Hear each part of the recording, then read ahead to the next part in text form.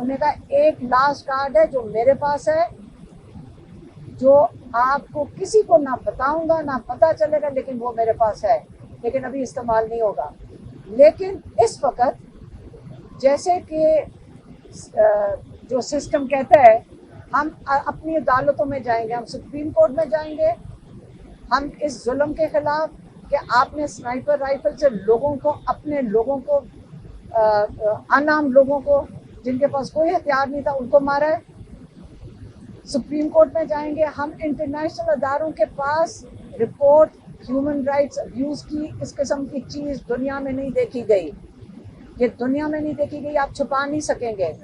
یہ سب کچھ باہر آئے گا، اور انشاءاللہ ہم اس کو پرسیو کریں گے، اور اپنے لوگوں کو وہ ہدایت آپ کہتے ہیں ہم کروں گا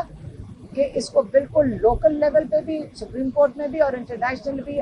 آپ اس کا پورا بھرپور طریقے سے اس کو ہائی لائٹ کریں۔